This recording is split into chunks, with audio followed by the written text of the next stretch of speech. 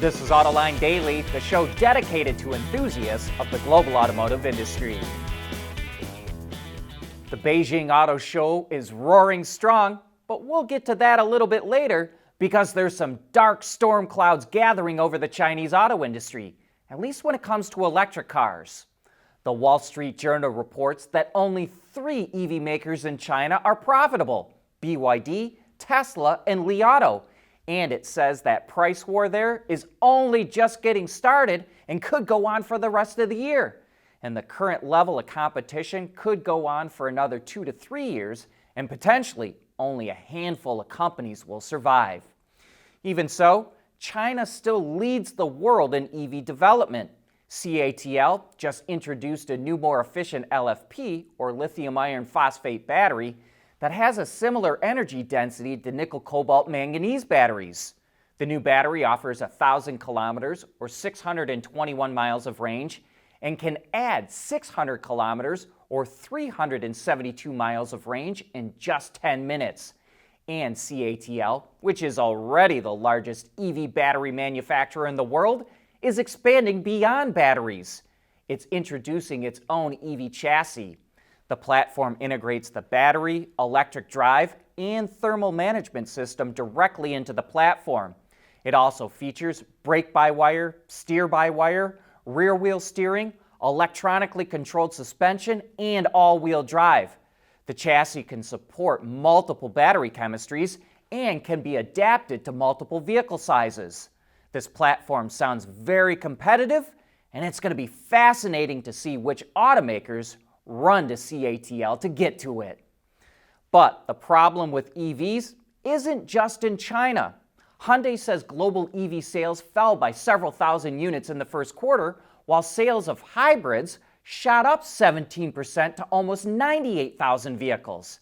So it's going to invest more in hybrids, including making them at its new Georgia assembly plant in the US, which originally was only going to make EVs. Mercedes-Benz is also going to rely more heavily on ICE and hybrid models in the US. Automotive News reports that Mercedes does not expect to sell more EVs and is going to get rid of the current Jelly Bean design language and drop the EQ branding for electrics. Future platforms will accommodate a variety of powertrains, just like BMW is doing. And VinFast, the Vietnamese automaker, just saw sales of its EVs drop 28% quarter over quarter, and the founder of the company is investing another $1 billion of his own personal wealth into VinFast because it's burning through so much cash.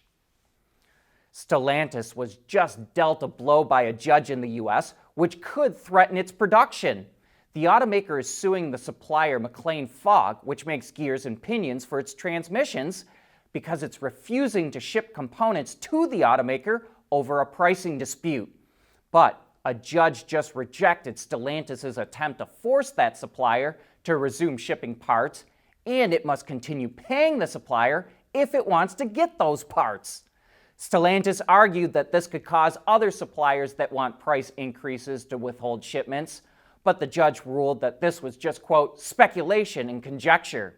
Earlier this year, Stellantis told suppliers it would not accept any more claims from them seeking inflationary cost relief. 2 other suppliers, Camex and Yangfeng, also stopped shipping parts to the automaker this year, which led Stellantis to sue them.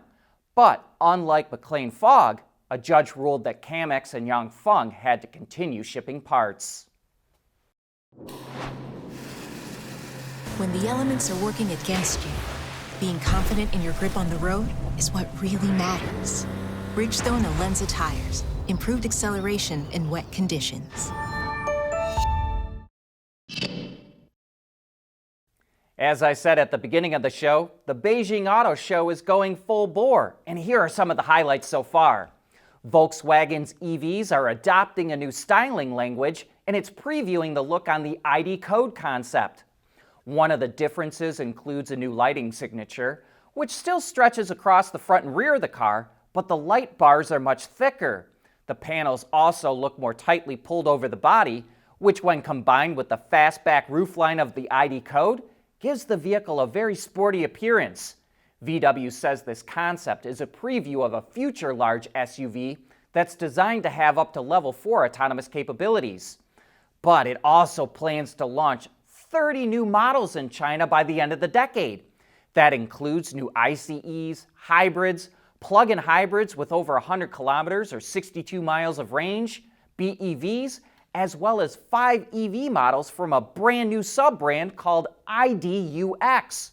Its first model is the ID.UNYX, which we think is pronounced UNYX, and we first showed you back in March. It's basically just a VW version of the Cupra Tavascan, which itself is an MEB-based all-wheel drive EV. But it's hard to know exactly what platform will be used for each vehicle it's coming out with in the future because it has so many platforms. MQB covers everything ICE-based, but for EV, it has its current electric vehicle platform, MEB, as well as a new version of MEB called China Main Platform that instead uses local suppliers for parts and components. At least 4 entry-level vehicles will launch on this platform starting in 2026. In 2027 is when the ID.UX vehicles start launching. It will eventually have 5 models, and they will use MEB, but could also tap into its EV partnership with XPeng or its first China-specific EV platform that is being developed by the Volkswagen China Technology Company. This adds a lot of cost and complexity to Volkswagen's operations, so it's going to need these vehicles to sell well for its strategy to pay off. Toyota might be considering dropping its BZ naming structure for EVs, but it's not giving up on it just yet.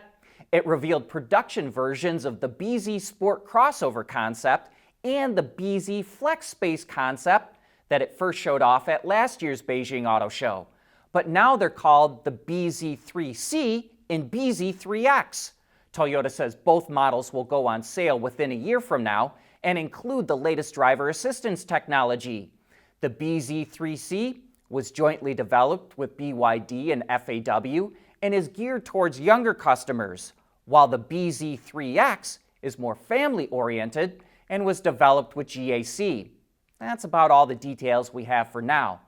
But on a wishful thinking note, I feel like there's a new age version of the Scion XB hiding in there in that BZ3X if you just gave it a more van-like body with upright side panels. Some Europeans are worried about Chinese cars flooding the market, and BYD could go after one of Europe's most coveted vehicle segments, the hot hatch. It revealed the Ocean M, a rear-drive, all-electric 4-door hatchback that's supposed to go on sale in China in the 3rd quarter of this year. Details are few for now, but pricing is expected to be around $25,000. Now that it has the largest population in the world, India could be the next huge growth market. That's why the Hyundai Group is making plans to expand production there. The Automakers chairman says it will have the capacity to produce 1.5 million vehicles in India next year. The Hyundai brand will account for more than 1 million of those units, and it wants to be a leader in EVs. The Hyundai brand will begin mass producing its first locally built EV in India by the end of the year, and it plans to produce 5 EV models by 2030. Kia will start EV production in India next year.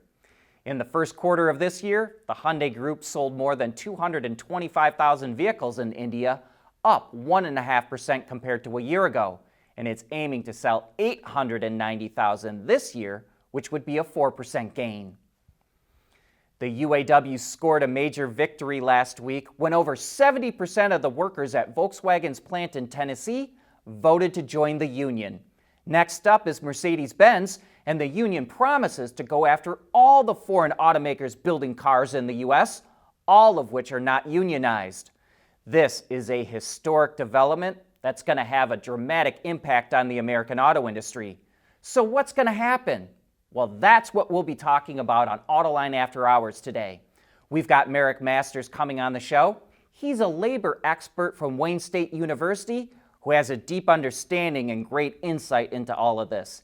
And we've got Mike Martinez, who covers the UAW for Automotive News and who recently interviewed UAW President Shawn Fain.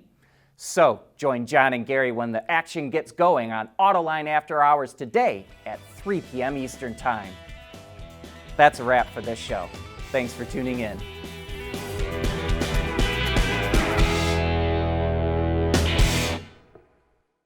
Autoline Daily is brought to you by Bridgestone, solutions for your journey. Intrepid Control Systems, over-the-air engineering, boost your game. And by Teijin Automotive Technologies, the formula for better mobility. Intrepid's NeoVi Pi, allowing automotive engineers to interface, capture, and monitor vehicle data using Raspberry Pi. As a matter of fact, it's the automotive industry's first robust platform for Raspberry Pi, featuring Intrepid CAN-FD technology and Raspberry Pi Compute Module. The NeoVi Pi is designed for automotive environments, allowing use with relative power ranges and applications. In addition, the NeoVi Pi enables you to use the Raspberry Pi for compute while avoiding additional development to adapt to network environments. That makes the NeoVi Pi powerful enough to solve your vehicle network problems, yet small enough to fit in your backpack. One of many Intrepid tools used for developing zonal architecture and software-defined vehicles.